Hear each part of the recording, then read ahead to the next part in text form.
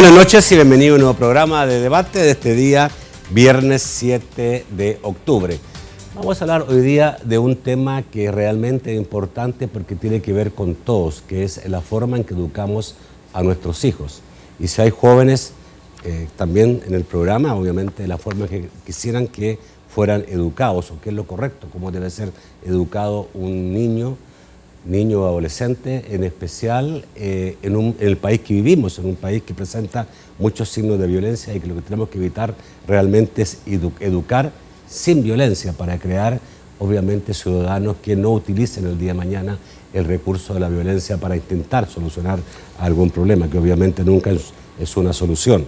El CONNA, que es el Consejo Nacional de la Niñez y la Adolescencia, ha hecho una campaña que se llama exactamente La protección comienza en el hogar. Y sobre esto, que es un tema amplio, porque vamos a hablar de la formación del niño, de lo ideal, de los peligros, de la situación del país en relación a las pandillas, que es un peligro especial. Vamos a hablar del trabajo infantil un poco, vamos a hablar también incluso de los embarazos, que son uno de los problemas principales en nuestro país, con mis invitados de esta noche, que voy a presentar inmediatamente después de saludar a la Central de Seguros y Fianzas, que hace posible este primer segmento de debate.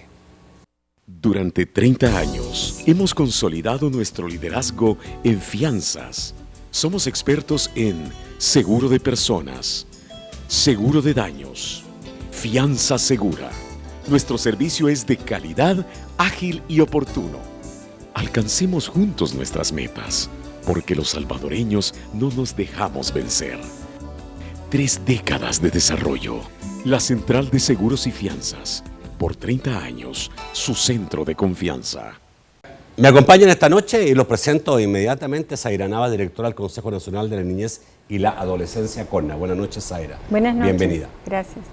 Y también está con nosotros Adolfo Vidal, integrante del Consejo Directivo del CONNA, en representación de Plan El Salvador, que es Plan Internacional. Exactamente. Bueno, bienvenido. Buenas noches, Nacho, buenas noches, Zaira, y un saludo a tu teleaudiencia, especialmente si hay niños y niñas que nos ven. Por supuesto, a ellos nos estamos dirigiendo exactamente.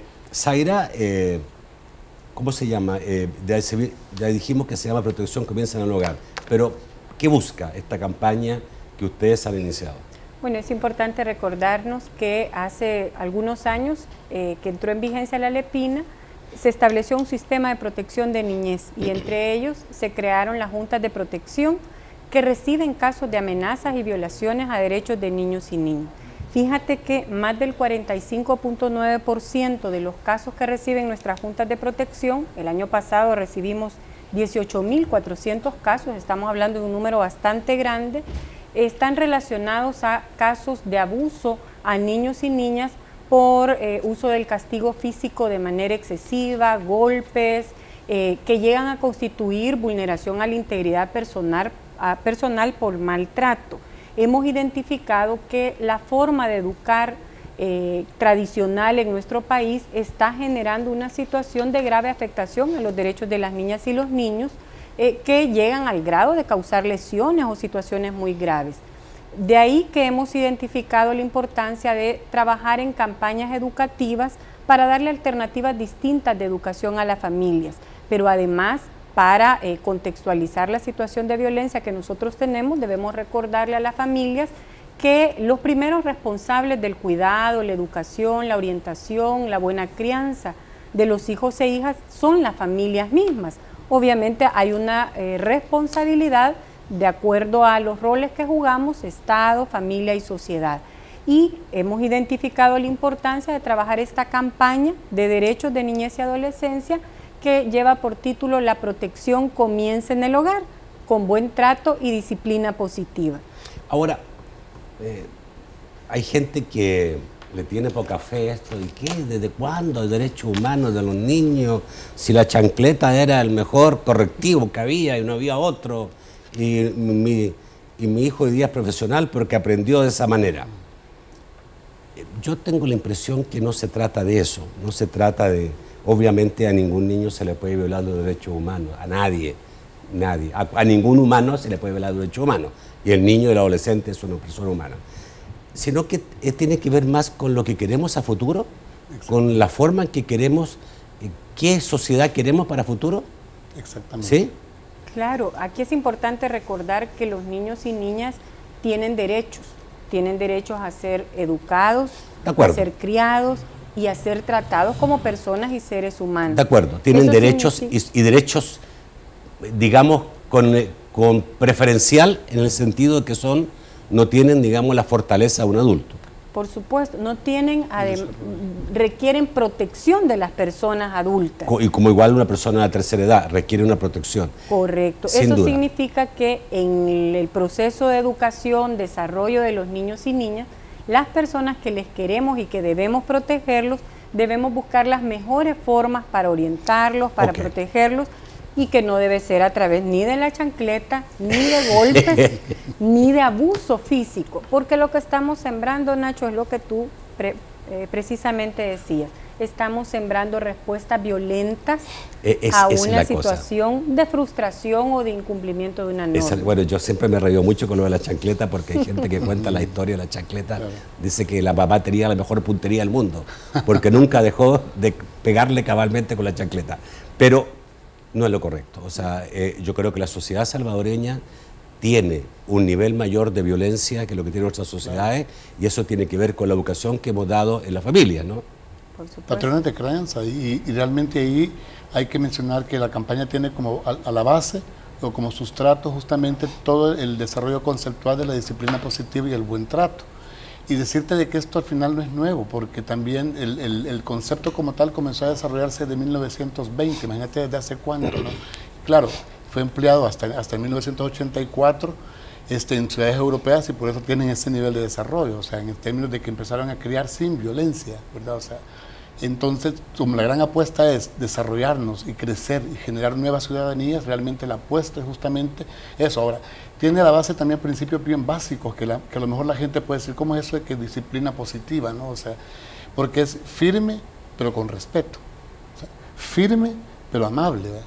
Firme pero con claridad del porqué. O sea, no se trata de no poner disciplina. No se trata de no poner límites incluso, que eso es bien importante decirlo, o sea, porque cualquiera diría que es permisiva, no, también se ponen límites, también se establece firmeza, pero también es basada en el respeto.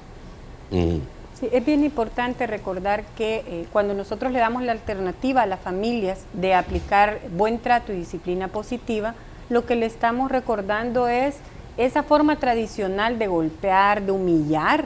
Recuerda estas formas de educar de antes. El niño o niña no podía ni siquiera pasarse por en medio de una persona adulta porque le representaba o una chancleta o un golpe que podría incluso causarle una lesión. Lo que estamos hablando ahora es que las personas merecen que se les trate adecuadamente, pero es necesario que las familias asumamos lo que nos toca: la orientación, el establecimiento de normas, de límites. Los hijos e hijas debemos saber y deben saber cuáles son las normas en el hogar, pero es importante que se las aclaremos antes. Zaira, de no sé si de tú que o tú, Alex, eres psicólogo, no sé si uno de los dos, Adolfo, Zaira, son psicólogos, ¿no son? No. Pero yo entiendo que en la psicología es muy válido el decir que, o la creencia, o lo entendido, que el que recibe un golpe, alguna vez en su vida, es posible que conteste con otro golpe alguna otra vez en la vida. Sí, o sea, si tú recibes un golpe, sí vas a ver normal el darlo el día de mañana. Y si tú nunca recibes un golpe, muy difícilmente el día de mañana vas a reaccionar con un golpe. Entonces, eso en el fondo es quizá la mejor forma de ejemplificar qué es la sociedad que podemos construir. Las sociedades más avanzadas no son porque sino más, son porque han sido formadas de otra manera. Claro. Fíjate que aunque no hay estudios directos que digan que una persona que recibió golpes inmediatamente va a ser un agresor. No, puede serlo cualquier 10 años después. Correcto, esa es la conclusión. Una persona que aprende a dar respuestas, que recibe una respuesta violenta ante una conducta negativa o vista de forma negativa, su respuesta puede llegar a ser esa porque es como aprendió a resolver un conflicto o una situación. Pero además del daño que se le genera a la persona porque se le afecta su autoestima, su dignidad, etcétera.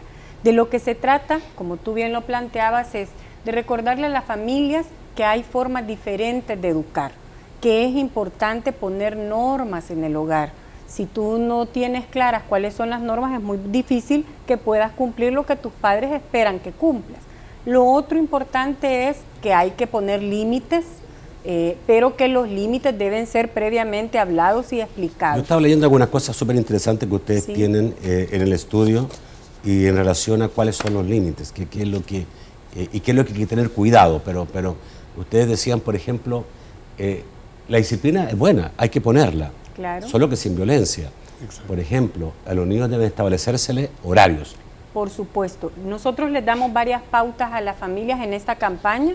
Les decimos, mire, es importante la disciplina, sin violencia, sin golpes, sin gritos. Es importante poner los límites, es importante decir. O sea, poner límites, ¿qué significa? Usted va a estudiar de tal hora a tal hora, usted puede salir a la calle de tal hora a tal hora. Es importante acordarlo con el niño. Esto es bien importante. Desde que el niño o niña está muy pequeño, por supuesto que comprende. Y esto tiene que ver con una rutina que la familia debe establecer. El horario de comer, el horario de dormir, y eso se va haciendo cada vez más grande. Mira, un ejemplo concreto son estos niños y niñas que hacen berrinches. El berrinche se produce porque el niño o niña quiere algo, que es su forma de comunicarse. Si la respuesta de la familia es golpearlo, pegarle o quitarle lo que quiere, así va a responder el niño, golpeando, botando las cosas, etc. Sin embargo, si se llega a su espacio, se le explica que esa no es una conducta aceptable, el niño o niña va aprendiendo una forma diferente de responder.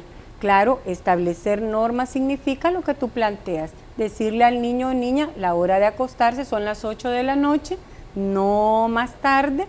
Es importante que usted, por ejemplo, que las familias determinen el uso de aparatos electrónicos, establecer la edad adecuada para que el niño o niña pueda acceder a aparatos electrónicos.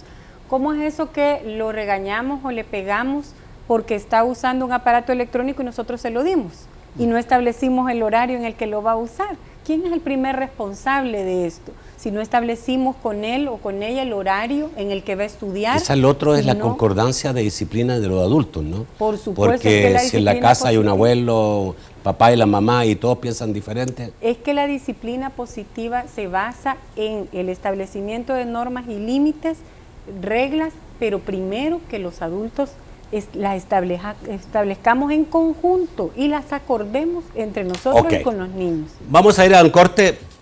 Hay cosas muy interesantes que vamos a hablar esta noche y les recomiendo que sigan en nuestra sintonía. Ya volvemos.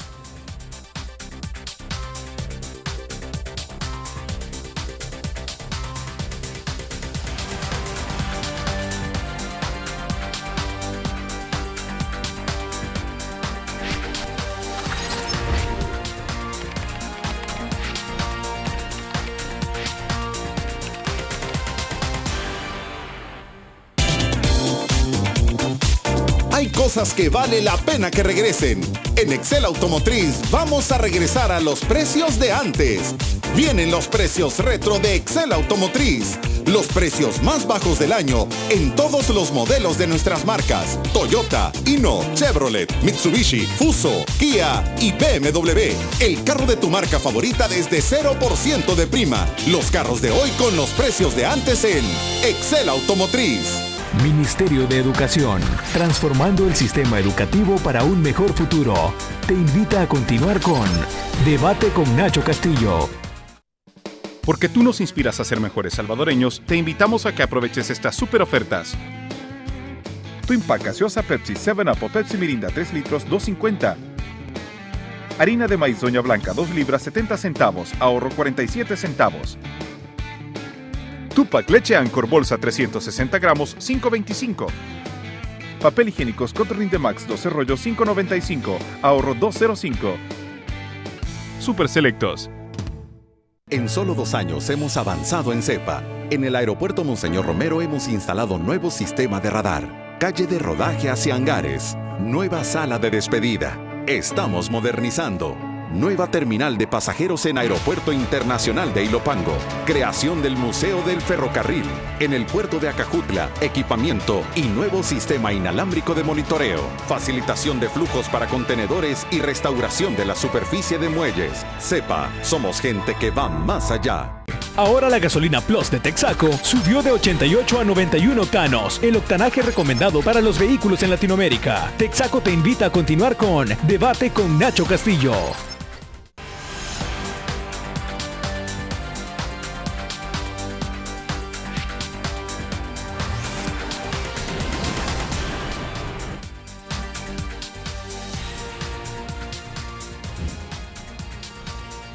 El segundo segmento de debate gracias a Banco Agrícola. Banco Agrícola, juntos por una banca más humana.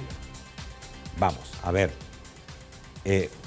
Adolfo, esto de que los mayores se pongan de acuerdo es bien fundamental, ¿ah? O sea, hay un trabajo, hay un acuerdo básico de la familia para tratar a un niño. No se trata de que el abuelo rompa las normas establecidas, o sea solamente la mamá y el papá que viene cansado, quiere disfrutar con el niño y rompe también la... Fíjate que esta noche hemos estado hablando a lo largo de este rato en el que hemos conversado sobre los elementos claves de la disciplina positiva, ¿no? Y tiene que ver la comunicación, pero no únicamente la comunicación entre padre e hijo, entre persona cuidadora, niña, no, es realmente también entre los adultos que conviven y viven con los que se negocian los límites y las reglas, y también entre los adultos y los niños y niñas. Entonces ahí es importante dejar claro de que un elemento clave es la comunicación, el otro es la negociación, ¿verdad? Es saber que realmente los límites se establecen negociándolos, o sea, no pueden imponerse, claro, porque si se imponen definitivamente pueden perfectamente quebrantarse. Entonces, y de ahí viene el problema de entonces que hay que hacer disciplinar. Y otro elemento... O sea, por ejemplo, yo te voy a dar 2 horas para que estés con tu amigo en la tarde. Perfecto. ¿De qué hora querés tú? Tal. No, mejor esta otra hora, porque llegamos a esta hora, de acuerdo. Esa hora tú me la vas a cumplir, 2 horas al día. Y que los pactos se respeten, ¿no? Se respeten, claro, bilateralmente, o sea, que no de repente antojadizamente el papá o la mamá le diga a la niña, o sea, no, vente ya, o sea, cuando le falta a lo mejor 1 hora de plática con sus amigas. Claro, le está quitando su derecho que él aprendió a tenerlo. Exactamente. Entonces, y ahí otro elemento clave también en el tema de la comunicación que tiene que ser asertiva, es cuando justamente el famoso berrinche, ¿no? que requiere o demanda, pero sí de una manera concreta, una comunicación asertiva, un manejo asertivo de ese enojo, ¿no? Porque de lo contrario, ya como lo hemos expresado anteriormente, o sea, vamos a generar que el berrinche además se prolongue, que eso es una cosa importante decirlo. Si un berrinche se trata con un golpe o con un grito, el niño no va o la niña no va a reaccionar de la mejor manera. Entonces hay que también establecer pautas de comunicación de manera asertiva en los momentos más críticos, como un enojo. Claro. Vamos a hablar más adelante de que, bueno, ahora estamos hablando aparentemente de hogares bien constituidos, que tienen papá y mamá, y que pueden tener un abuelo en la casa, eso qué bonito. No es el total de la familia salvadoreña. No son así, te lo voy a preguntar después, cuántos porcentajes de niños que tienen una familia completa, tradicional, y los que no tienen esa familia, que es diferente. Pero quiero ir ahora, antes de pasar a ese tema, a qué debemos tener en cuenta cuando un niño puede estar en un factor de riesgo. Por ahí leía y decían, bueno, un niño que de repente no quiera dinero porque dice que tiene, ¿de dónde sacó ese dinero? ¿Cuáles son las cosas que tenemos que tener en cuenta? Bueno, bien importante estas pautas que nosotros las incorporamos en la campaña. Además, una de las primeras llamados es nosotros como responsables, seamos mamá, papá, abuelita, abuelo, tía y ahora hasta personas cercanas a la familia, son las cuidadoras, incluso responsables por este tema de la migración, ¿verdad? Del cuidado y crianza. Es bien importante el seguimiento a la conducta del niño o la niña cuando regresa de la escuela, cómo se relaciona con los amigos o amigas. Es importante que conozcamos con quiénes se relaciona, quiénes son sus amigos y amigas. Y es importante ir identificando algunos comportamientos que ya salen de la norma de ese comportamiento tradicional que ha tenido. Tú lo mencionabas, si de repente nos aparece el niño o la niña con un juguete, y esto ocurre cuando están más pequeños, con algo que no es suyo, se empieza con un lapicero, con un objeto que no es suyo, y más adelante, según la edad, con un celular. Mire, es que de preguntarse, ¿y cómo es esto que alguien le regaló un celular? Y yo he escuchado a muchas personas que nos dicen, no, pero es que un amigo dice que le regaló un celular. Eso no puede ocurrir. ¿Cómo es que un niño o niña tiene dinero si no se lo hemos proporcionado en el hogar? A veces pasar por alto este tipo de conductas genera que nosotros también pasemos por alto una situación de riesgo del niño o niña. Comienza con eso, comienza además con hacer afrentas respecto a las normas, a los límites establecidos, y si nosotros vamos pasando por alto esto, llega un determinado momento en que hemos perdido esa posibilidad de incidir positivamente en ellos y hemos perdido el control de lo que ocurre en su ambiente y en su vida. Conductas de riesgo son precisamente el llegar tarde de su casa, fuera del horario establecido. Conducta de riesgo es portar objetos que no han sido proporcionados en el hogar y que no es posible que los pueda obtener. Conducta de riesgo también es tener conductas desafiantes que no sean justificadas, porque aquí hay que tener cuidado cuando, ya lo planteaban ustedes, cuando se llega a un acuerdo y somos nosotros los adultos los que incumplimos el acuerdo, hay que entender que es normal que la persona no esté Había una bien satisfecha. interesante que le leí también del estudio de ustedes, ocultar quiénes son los amigos. Claro, claro. Si nosotros hay niños compartimos- que hacen eso, o sea, ocultan a su familia con quiénes son sus amistades. ¿Quiénes son sus amistades? O por ejemplo, algo que en estos días es bastante riesgoso es el uso de las nuevas tecnologías. Precisamente la disciplina positiva de lo que trata es que nosotros nos interesemos en la vida de nuestros hijos sin violarles esa intimidad. Y tú me preguntarás, bueno, ¿y cómo se hace eso? Precisamente esta es una relación de confianza.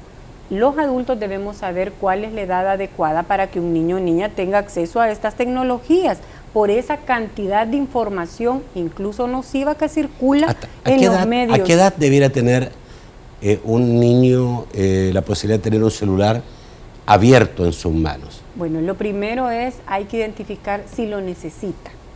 Si necesita comunicarse o no necesita comunicarse. Bueno, mamá, tengo que llamarte porque del colegio seguramente me van a pedir algo, o voy a salir antes o después y necesito llamarte. En y el uno colegio dice, está sí, en un hijo, por ambiente supuesto. seguro. ¿Ah? Es que en el colegio está en un ambiente seguro.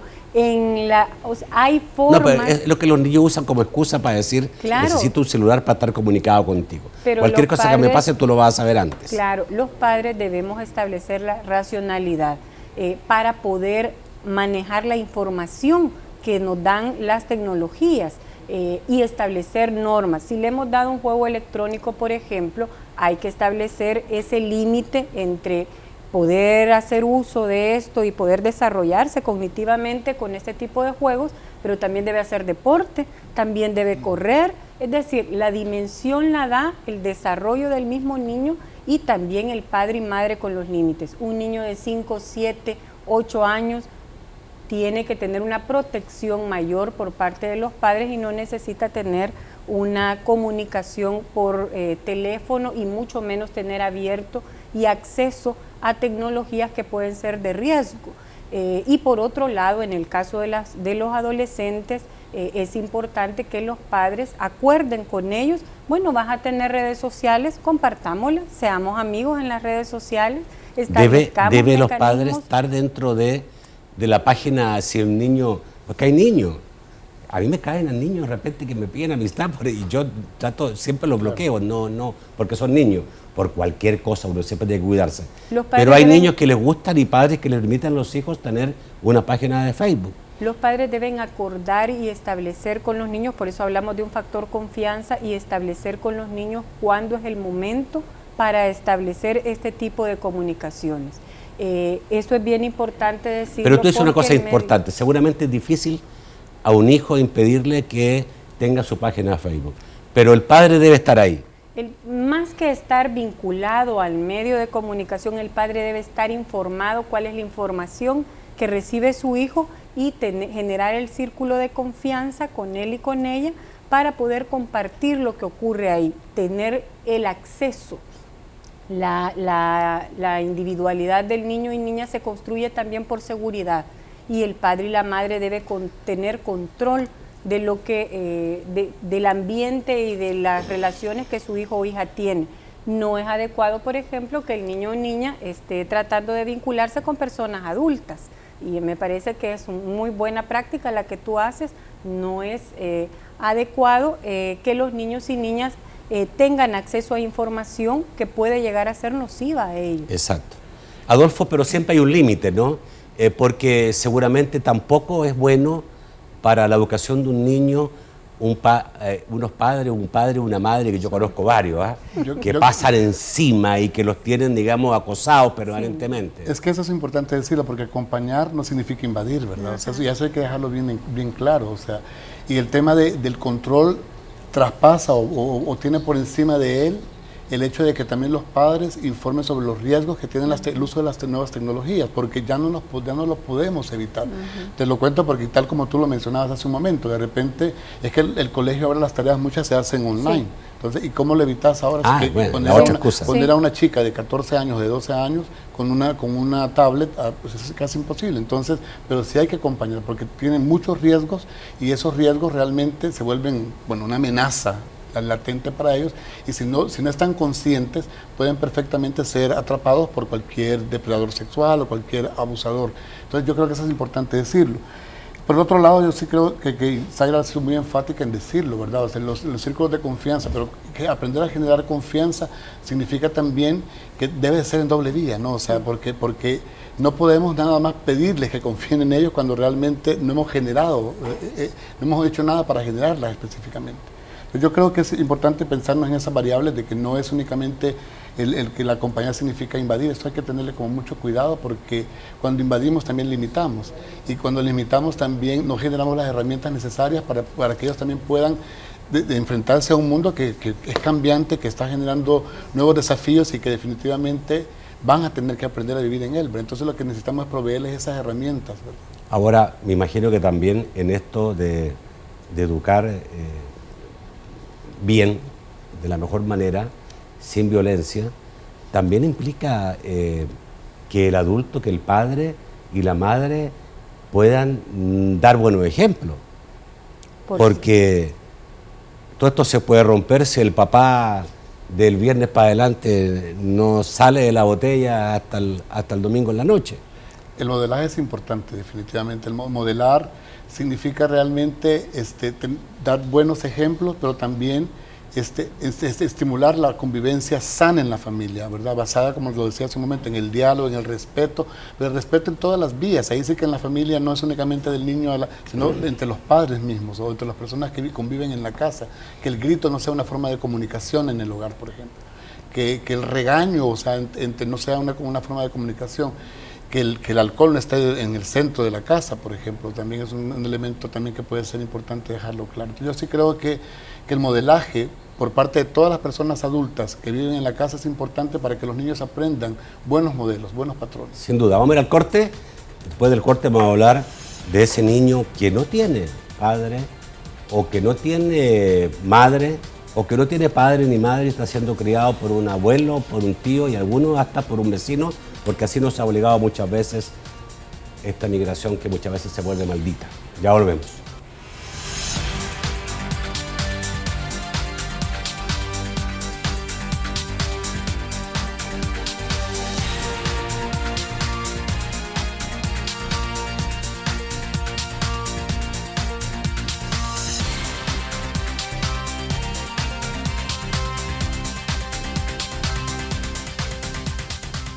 Por favor, esa gasolina no.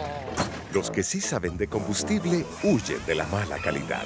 Por eso todos quieren ir a Alba Petróleos, porque solo nosotros podemos decir con orgullo que somos calidad 360. Desde la extracción, su refinación y traslado, su almacenaje, hasta que servimos el mejor combustible. Y cada etapa es controlada doblemente. Por eso, los que sí saben de combustible no aceptan otro. Alba Petróleos. Porque la protección comienza en el hogar. Mi mamá y mi papá me han enseñado que nadie debe tocar mi cuerpo.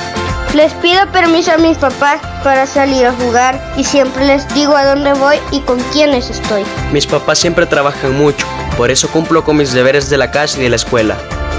Mi mamá me ha educado sin golpes y sin gritos y me ha enseñado que puedo confiar en ella. Mi familia se esfuerza y me apoya en mis estudios. Yo cumplo con mis deberes y saco buenas notas. Consejo Nacional de la Niñez y de la Adolescencia.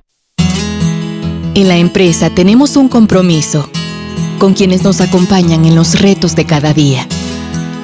Porque trabajando juntos, hacemos posible una mejor vida para todos. Tenemos un aliado en este propósito, que nos brinda soluciones y asesoría oportuna, lo que nos permite ser más eficientes y desarrollar comunidades productivas, capaces de transformar positivamente a la sociedad y al país.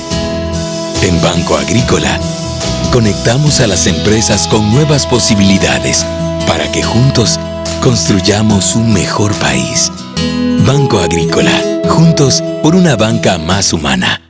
Ministerio de Educación, transformando el sistema educativo para un mejor futuro. Te invita a continuar con Debate con Nacho Castillo.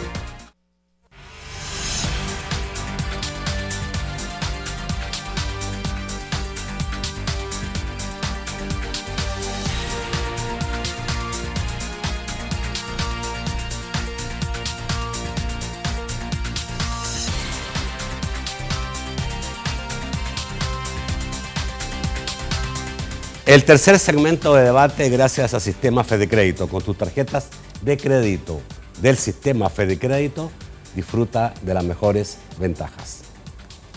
Todos mis días son diferentes, pero todos tienen algo en común. Y es que cuando compro algo que me gusta, yo prefiero pagarlo con mi tarjeta de crédito del Sistema Fedecrédito, porque con ella disfruto de increíbles descuentos permanentes, promociones en comercios afiliados, y además puedo canjear mis Fedepuntos acumulados por dinero en efectivo. Por todos estos beneficios, siempre va conmigo. A la vuelta de la esquina, estamos donde tú debes estar. Sistema Fedecrédito. Queremos darte una mano. Bueno, aprovechamos a acordarnos de los cortes de lo que nos pasaba cuando niños. Los castigos humillantes eran terribles. O sea, eran, sí, habían castigos de todo tipo. El amel de la sal. Yo incluso me recuerdo que vi amigos que tenían por momentos resentimiento con sus padres. Claro. Y que a uno le expresaba, mi papá, que acá, mi papá. Y eso crean a futuro, de los ¿no? niños que se fueron de sus casas o que huyeron de sus casas se debe precisamente al maltrato, porque los niños no comprenden por qué sus padres los castigan de manera brutal y castigos que no son proporcionales a la falta que el niño ha cometido. Y conozco adultos que hasta el día de hoy tienen algún resentimiento con su padre por la violencia que utilizó con ellos y no lo quieren como quieren a su madre, pues, que posiblemente fue diferente. Claro. Ojo con eso, porque las cosas no quedan ahí, la violencia tiene secuelas normalmente por toda la vida. Vamos a hablar de una gran realidad del país. Yo no sé si son más los niños que tienen hogares constituidos a los que no lo tienen. Yo no sé qué más hoy día. Debiera ser los no constituidos hogares desintegrados, debieran ser una minoría. Una ínfima minoría debiera ser en una sociedad normal. No tenemos una sociedad normal en ese sentido, por muchas razones, por el alcohol, por la irresponsabilidad sexual, pero también, digamos, por la migración, que produce muchas veces un gran daño a la familia. Fíjate que los datos que nos revela la encuesta de hogares y propósitos múltiples nos dice que al menos el 36.7% de niños y niñas vive con solo uno de sus padres o su madre. 36.7%. Es sumamente alto. Lo que nos revela es que la familia en El Salvador está configurada de manera muy diferente a las familias tradicionales. Ahora, el mensaje ahí es el mismo, porque cuando tú tenés los privilegiados que tienen un padre y una madre, y a muchas veces, digamos, tener padre y madre tampoco es garantía. Eso es importante aclarar. Tampoco es garantía, pero sí. Porque el niño, son muy pocos los que tienen realmente el privilegio de tener padre y madre, pero con los pies bien puestos en la tierra y con la cabeza donde debe ser.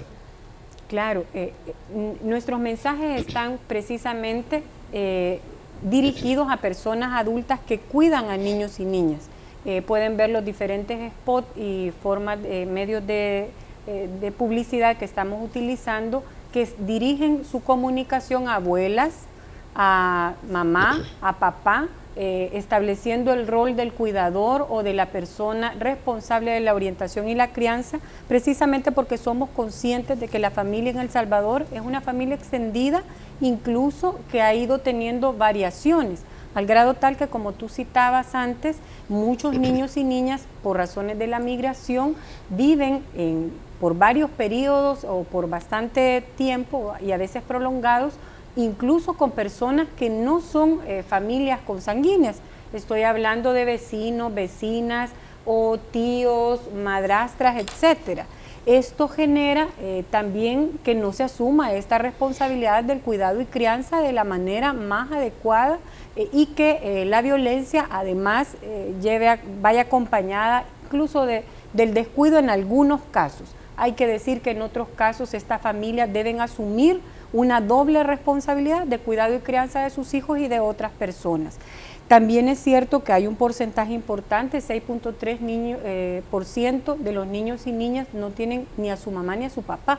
Y esta es una situación bastante delicada. ¿Viven con un abuelo o vecino? Viven con abuelo, tía o cualquier persona de la familia. Y hasta vecinos estamos hablando. Y hasta vecinos. Sí. Es un porcentaje mínimo, pero es importante registrarlo precisamente porque la situación de desprotección es todavía mayor y de vulnerabilidad a un niño o niña que no tiene una persona que brinde la calidez, que brinde la cercanía, el amor. Es algo que de lo que poco se habla, pero que es sustantivo en la vida y el crecimiento de un niño o una niña.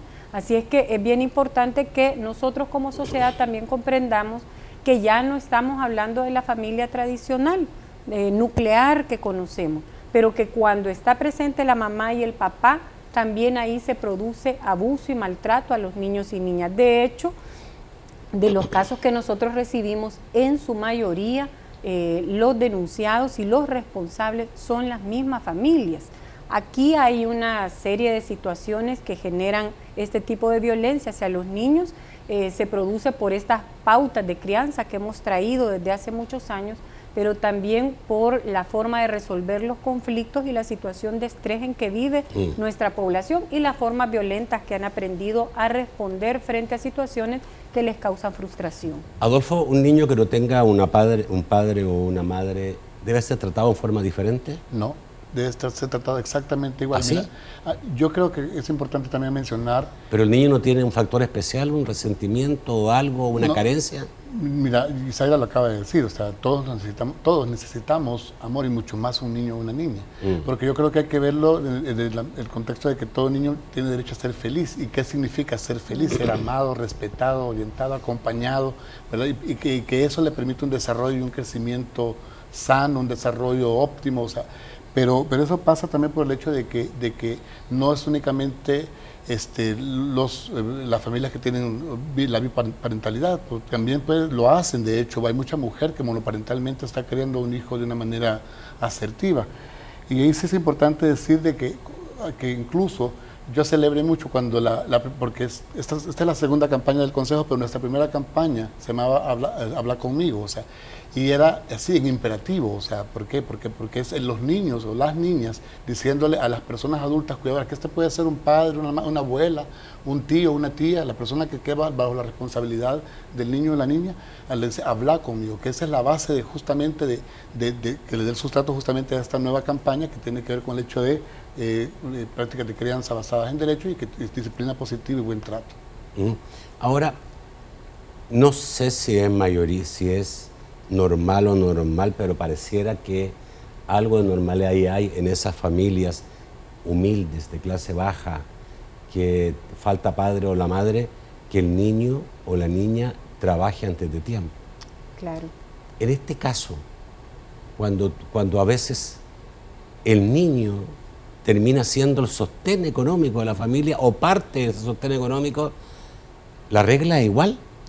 Mira, aquí hay una situación grave. Tremendamente difícil. Que es bueno también traer a cuenta. Aunque El Salvador ha avanzado significativamente en disminuir el trabajo infantil y erradicar las peores formas, no están erradicadas del todo. Vemos, por ejemplo, y una situación que siempre preocupa, y que tiene modalidades cada vez más complejas es la explotación de la mendicidad, por ejemplo.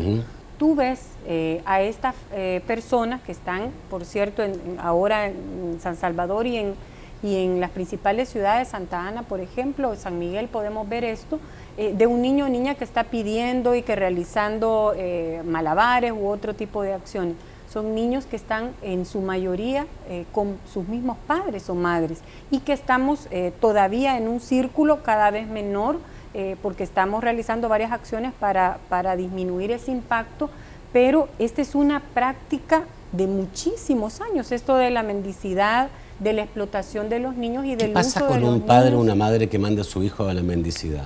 Bueno, ¿Está violando la ley? Sí, este es un delito, la explotación de la mendicidad. Porque yo he visto muchas veces que está el niño pidiendo dinero y la madre conversando con otras mujeres unos 100 metros más allá. Precisamente, nosotros hemos registrado y procesado varios casos que en este tipo de hechos son delitos, son competencia de la Fiscalía General de la República. Nosotros intervenimos de manera complementaria para proteger al niño o la niña. La familia debe recibir generación de habilidades para poder criar y educar a su hijo y a su hija de una manera distinta. En caso muy extremo, el niño o niña pasa a la protección que la dictan las juntas de protección nuestras, a una institución del Estado o de las entidades de la sociedad civil, pasa a la protección de un juez especializado en niñez y adolescencia, y la familia pasa por un proceso de programas de fortalecimiento familiar, cuando no se trata de una conducta eminentemente delictiva, sino de una forma de vida. Ahí es donde está la complejidad.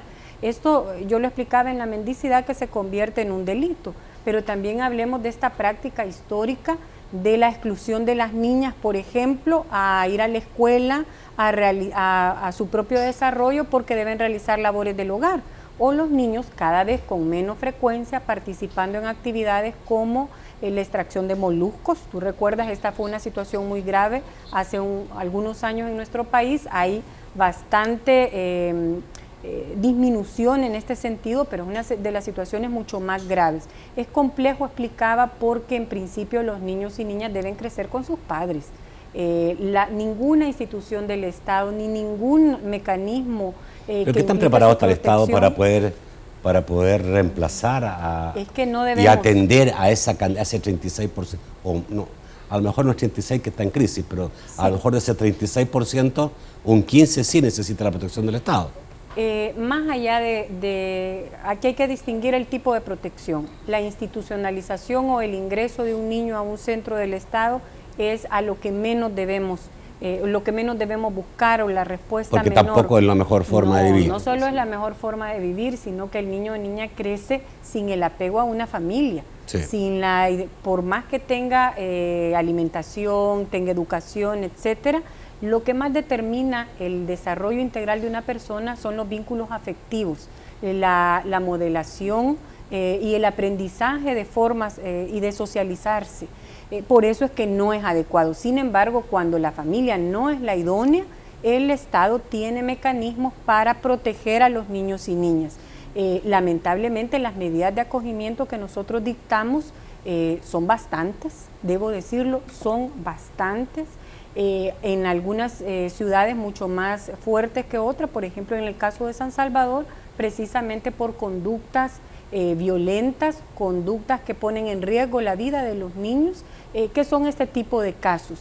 El sistema está preparado con programas, y aquí juega un rol muy importante las organizaciones de sociedad civil que trabajan diferentes programas, ya sea de fortalecimiento familiar e incluso de acogimiento para niños en esta situación.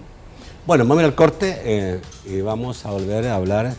Quiero volver a la cifra que dio Zaira, 18.400 violaciones detectadas en niños, golpes, agresiones, pero también está el abuso sexual. Me gustaría también hablar de eso. Ya volvemos.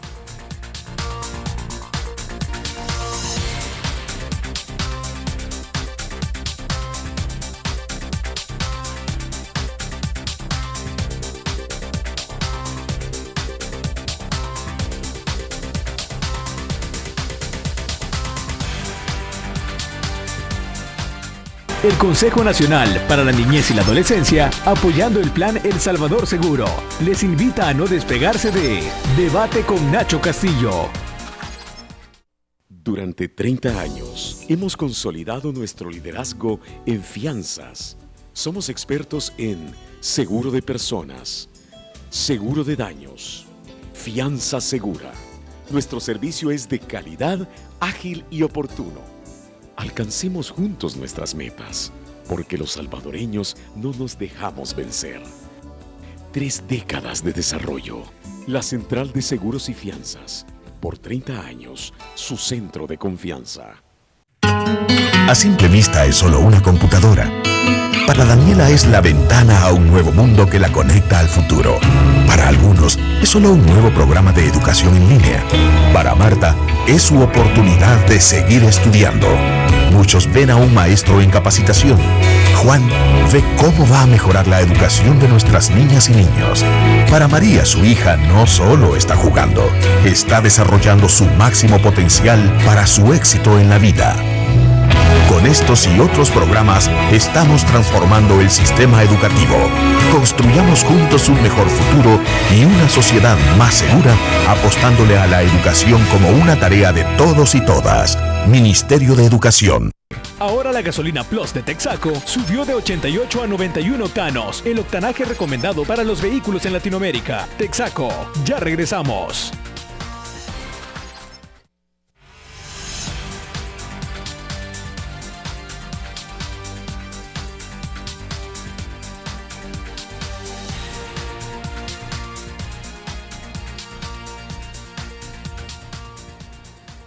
Bueno, y dejé abierto antes de terminar el bloque anterior, el tema es que el tema de la violencia y especialmente el abuso sexual hacia niños sigue siendo alto. Tengo la información que sigue siendo alto en El Salvador, no solo en El Salvador, pero obviamente es la sociedad que nos preocupa es esta y obviamente tenemos que hacer algo para... Esto se ha incrementado o ha disminuido la violencia sexual hacia los menores. Es importante decir que la medición que tenemos es desde hace 4 años, porque las juntas de protección empezaron a funcionar desde ese momento.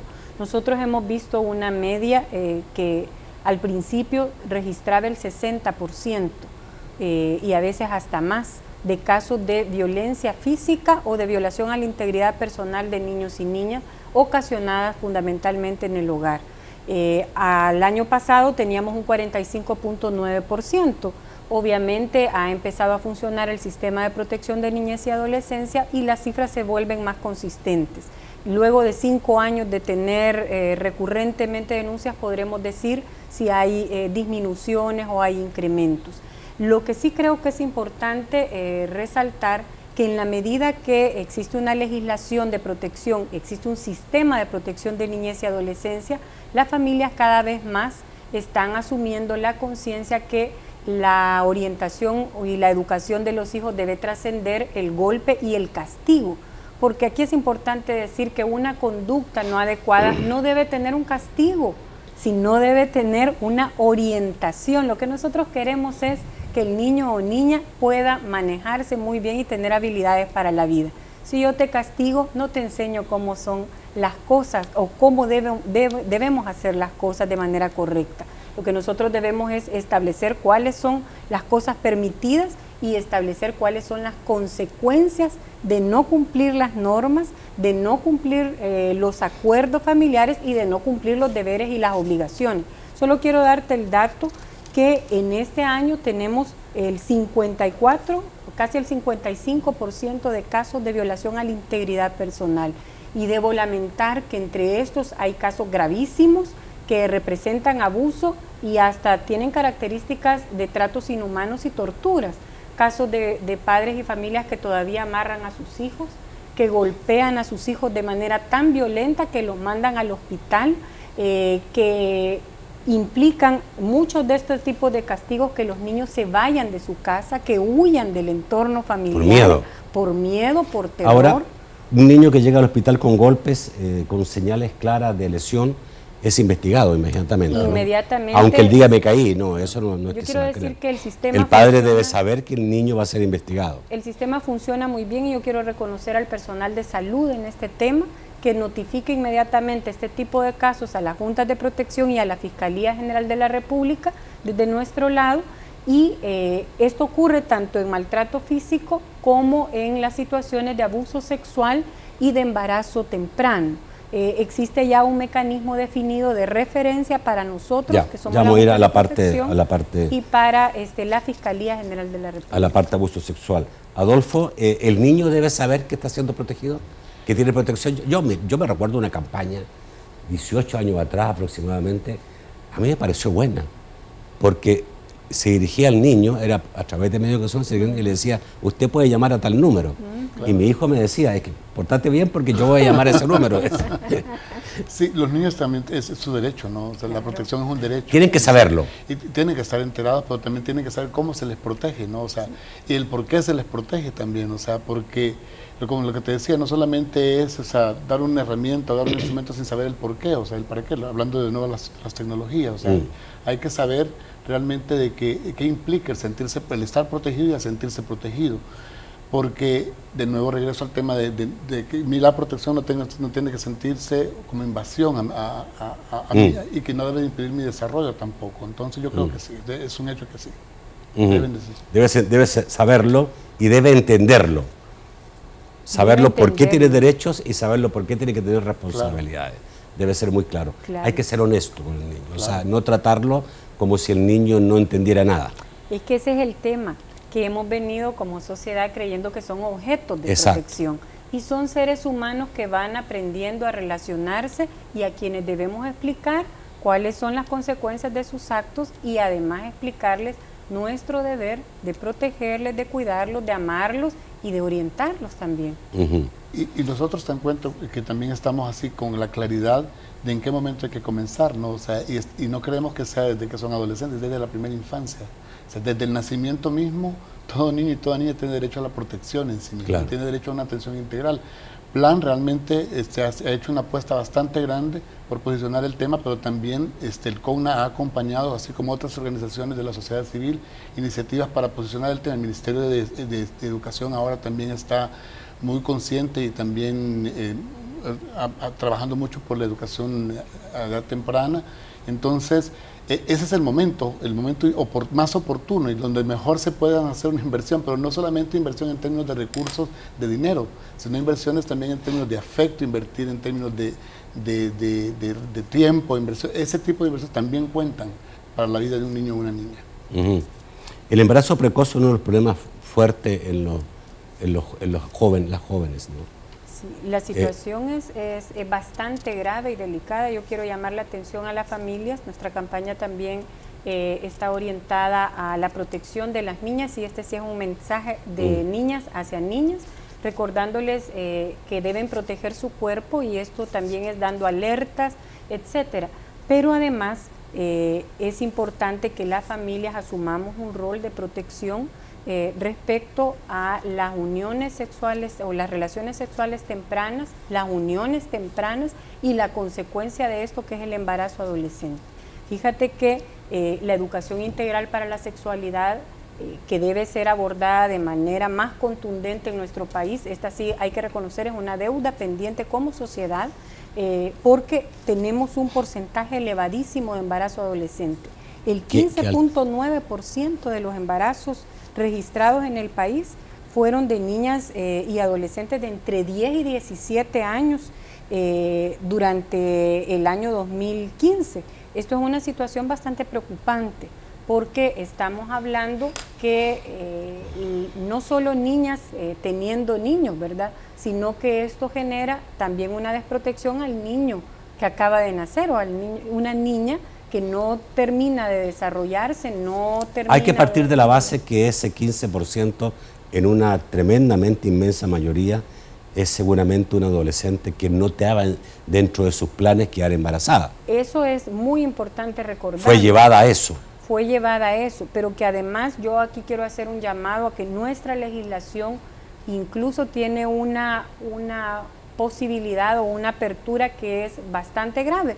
y es que nuestra legislación de familia todavía permite que las niñas que quedaron embarazadas puedan casarse en la lógica esta. Para no castigar al violador. Exactamente. Porque es un Fíjate violador. qué grave, es un violador. Que se metió con una menor, es un violador. Me parece muy bueno que tú lo hayas remarcado de esta forma, porque nuestra legislación todavía tiene permitido que las niñas puedan casar. Como quien quiere creer que con eso subsanamos el problema. Y todo lo contrario, se pone más en riesgo a la niña. A pesar de que el Código Penal es claro, ¿verdad? O sea, que abajo de 15 años, eso es, o sea, aún con el consentimiento, porque obviamente ha habido una manipulación, es una violación sexual. O sea, entonces cualquier niña embarazada de 14, 13, 12, 15 años ha sido producto de una violación sexual. Ahí detrás de ese embarazo, definitivamente hay alguien que cometió un delito y que hay que perseguir. ¿Qué se hace para esto, Zaira? Fíjate que antes te quiero comentar que esto trae una segunda consecuencia. Una niña de 16 años que tuvo una relación sexual temprana, que se casa o la casan por eso, lo que hemos visto es una recurrencia de un segundo embarazo. Tuvo un primer embarazo a los 15 años y tiene un segundo embarazo a los 16 o 17 años. ¿Qué se hace en eso? Bueno, estamos trabajando precisamente en campañas sobre esto. Muy importante la estrategia de prevención de violencia sexual, y el otro tema es la política de educación sexual y reproductiva. Yo quiero decir que el Ministerio de Salud la enseñanza, a ver, que es lo más importante, porque siempre se habla de política, pero al final, digamos, la política puede ser solamente una cosa que esté ahí, pero no va a la acción.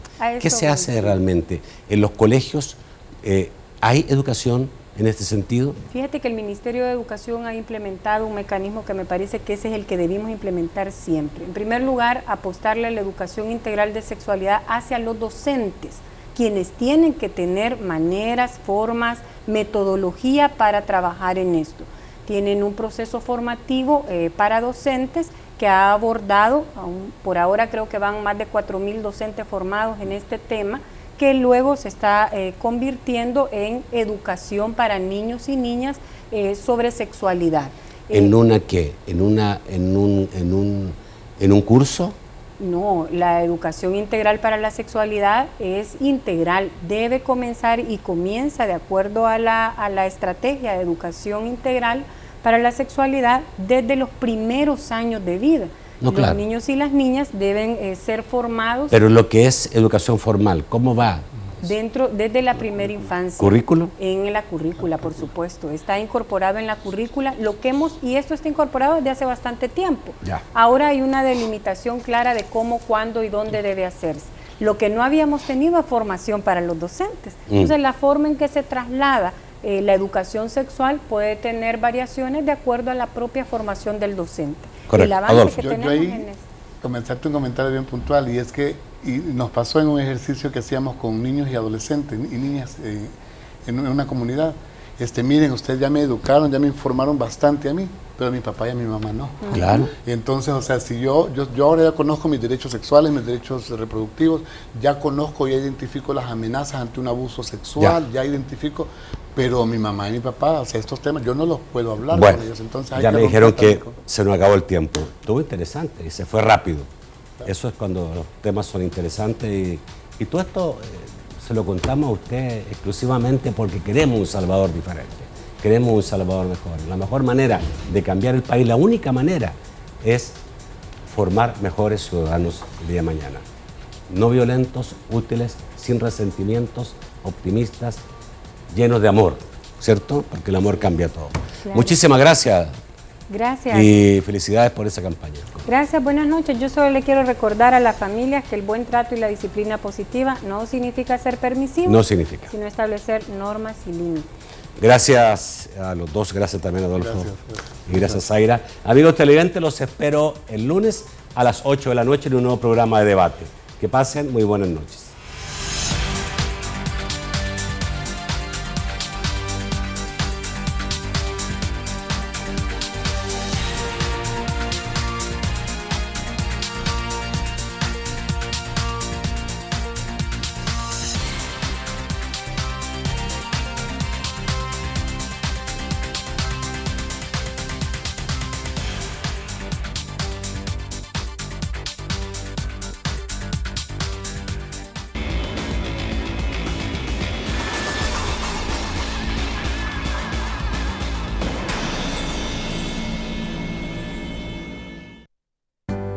Los padres de familia son responsables de lo que sus hijos ven. El siguiente programa es clasificación D. Para mayores de 18 años. Dirección General de Espectáculos Públicos, Radio y Televisión. Ministerio de Gobernación y Desarrollo Territorial.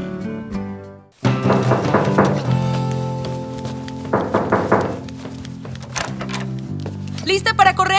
Tengo mi lista de canciones. De hecho, es la autobiografía de Diane Keaton. Filmó el Club de las Divorciadas y me aceleró. Se me olvidó que íbamos a correr hoy. Te mandé un mail 3 veces. Tal vez escribiste Gmail otra vez. Ya deja las excusas. Hay que entrenar. Nos inscribimos a la carrera y hay que hacerlo. ¿Por qué no donamos el dinero? ¿Por qué tenemos que correr 10 kilómetros? Es un buen punto, pero sí vamos a ir. No, Jess, no puedo ir. Tengo una resaca tremenda y además Masha tiene una crisis. Accidentalmente se comió una galleta. ¿Qué? Cayó en ella. Estoy devastada. Está devastada.